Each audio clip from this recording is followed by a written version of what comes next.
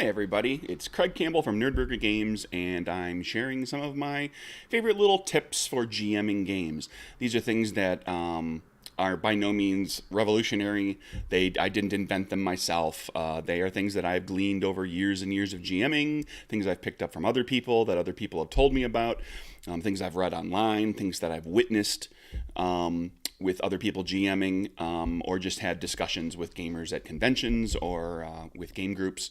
So there's 1,000 pages of GM tips out there. These are just some of the ones that I tend to keep in mind more. First, one of the things I love to do is to let the players do a bunch of the work. As the GM, you've got a lot of responsibility of getting everything prepared, and there's a lot of pressure on you during the game to kind of keep things moving and make sure that all the players get the opportunity to have their characters shine.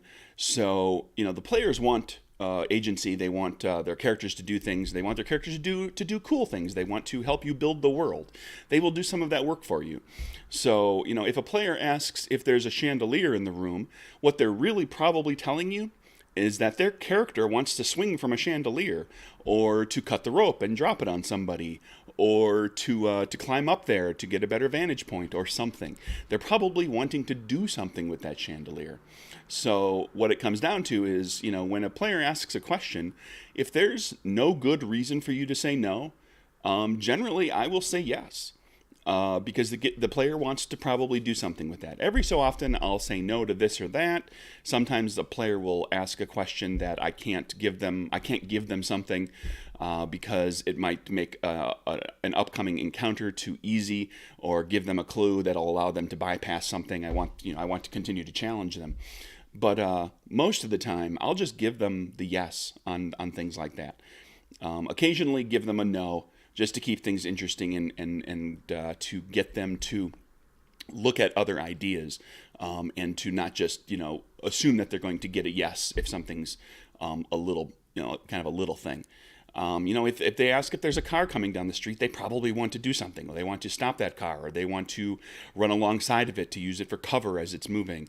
If they speculate in game, what if a vampire is doing this? Well, if you didn't plan for it to be a vampire, and it doesn't have to be the thing that you wanted it to be, maybe it's a vampire.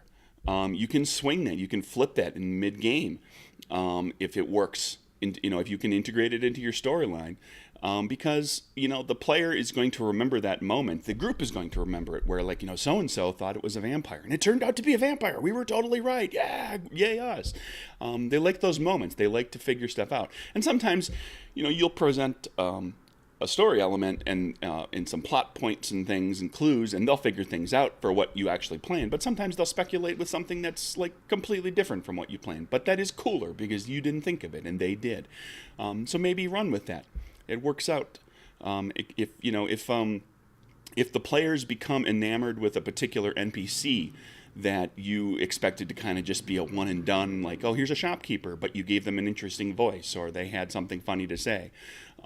Sometimes players will latch on to the things you don't expect them to, so maybe that NPC needs to come back. You can bring the characters back to that NPC all the time. You can have the NPC seek them out. If you don't have to invent a great NPC every time. Sometimes the players will pick and choose for you which NPCs are the ones that they want to have really be cool. And sometimes you can even ask them, like, if you're in a small town and the players and the characters all kind of know each other and know everybody in the town, you introduce an NPC, ask the players, well, what's this character like? And you'll get suggestions for, they know this character from their younger days, and this character is like that. And so now they've helped to develop that NPC with you.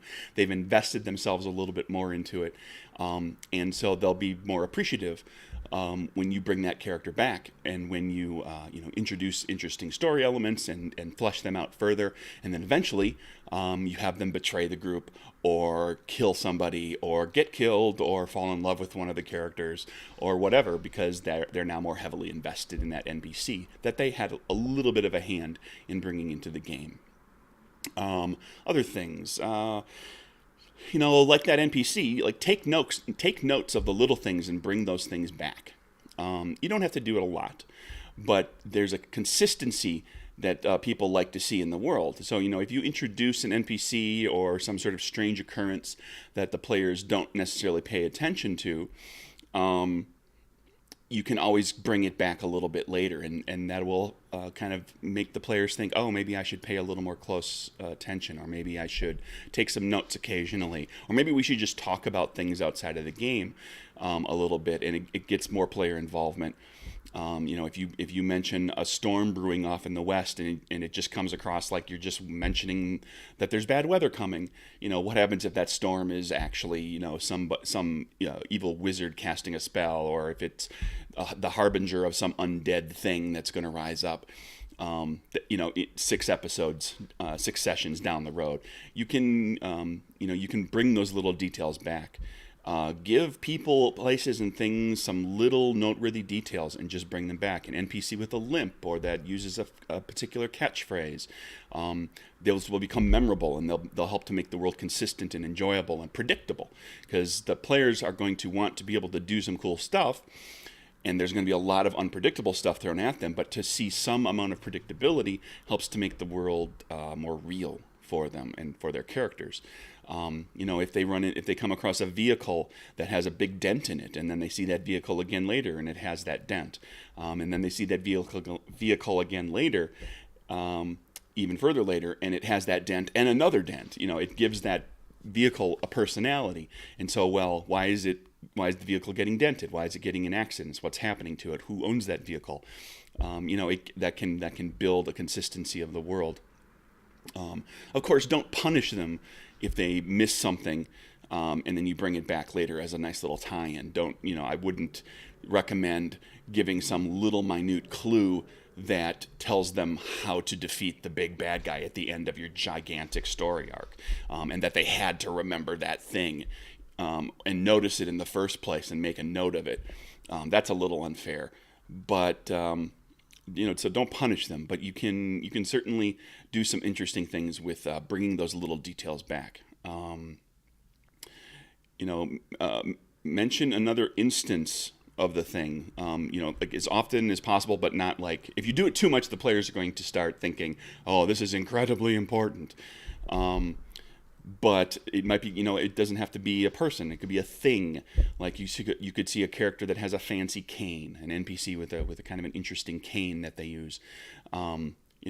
Is that important to that character? Maybe they see another character later who has that same cane. Maybe that cane is a mark of some sort of status.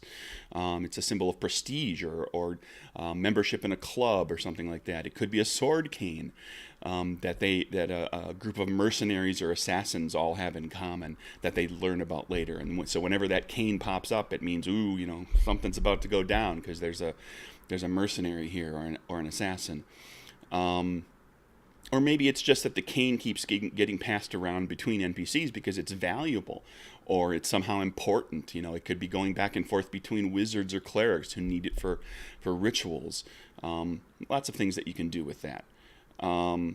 If a player at any point dictates part of the narrative, sometimes, like I was saying earlier, you might have the player fill in a gap. Bring that back later, like with that NPC that we talked about. But players, if a player mentions that their cousin is a cop or a constable, well, now they've invented a contact for their characters to go to, and you can have them help flesh out that constable or cop character, and then you can do all sorts of fun things with them. You can have that character pop up every so often with information. You can have them looking for help from the players and the characters, and then eventually, like I said earlier, you can kill them or have them betray, or maybe they die and leave something to one of the characters in their will. Also, each character choice has a consequence. And this is just like the little things too. It's like most character choices of like the little kind of day-to-day stuff are benign. They don't really mean, like, what your character has for breakfast probably doesn't mean anything. But what happens if a character agrees to do something and then doesn't? It could have been a choice on the part of the player for the character to not do that thing, and that certainly has a consequence because the character chose to not do the thing they agreed to. But, sometimes the player just forgets. And if the player just forgets, that means the character didn't do it, or the character forgets. and that has a consequence. It doesn't necessarily have to be a punishing consequence. Having a player accidentally forget about something in game and then, kind of tearing into their character for it is not terribly fair. But there should be some sort of a consequence. The character might get called out on it, or somebody might be upset with them. Some other NPC might be a little ticked off. What happens if a character kills or beats up an NPC? Too often in games, a lot of different types of role-playing games, your characters are killing monsters and everything. That's fine. Monsters are monsters. But what happens when you kill like a person? Kill an NPC, a character, a living, breathing person who has family and a love and people who depend upon them, people who will miss them, or people who are working with them, people who need them for something. That can be a little detail, a little thing that you can bring back, especially if you've established the character well and given them some backstory. What happens if your character steals something? Who did it belong to? Is it important or valuable to that person? If it's a fantasy game, is it something that could be used as a ritual, or is it particularly old and kind of a treasure from a lost civilization or a fallen kingdom? In games, in role-playing games, you often have characters stealing something for some purpose that furthers their own agenda, or wants to try, that the characters are using to try to stop the bad guy or foil the plot. But what if you have to go to the noble's house and steal some things, steal a painting from the noble's house in order to be able to open up the painting and go inside of it, because inside of the painting there's a world where you have to retrieve something else and use that to defeat the bad guy. Well, that painting might have been a wedding present to that noble character, and they want it back. They have nothing to do, with the overarching story, and they don't know that there's a world inside of that painting, but it's important to them. And your character just stole it. So, give that a consequence. Don't bog them down with consequences. The players don't want to feel like every choice they make is going to just bite them in the ass. But every so often, when there's something that they do that would otherwise seem to just kind of serve the main story, maybe there's a little side consequence to it. Maybe there's something that helps to build the consistency of the world, helps to reinforce with the characters and with the players that those actions have consequences.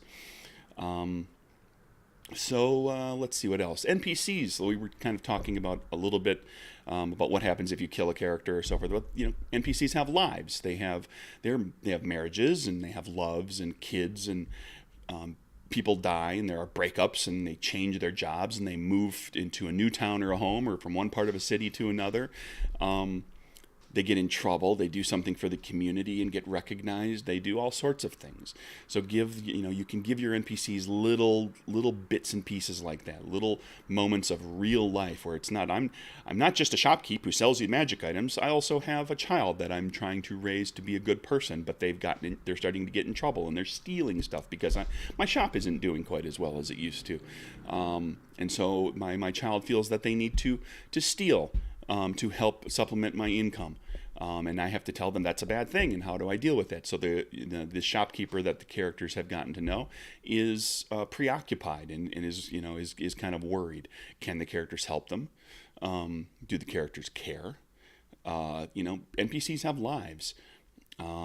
Just bringing up little things like that can help to breathe life into the character, breathe life into the city, the location, the setting, the world, the kingdom, whatever it is. So those are the first few of things that I try to keep in mind and I try to return to. I'm not perfect with it, certainly, but I try to remind myself every so often to do these things and help to try to build a really enjoyable game for my players. And there you go. There's some advice and tips. Until next time, there's no such thing as too many games.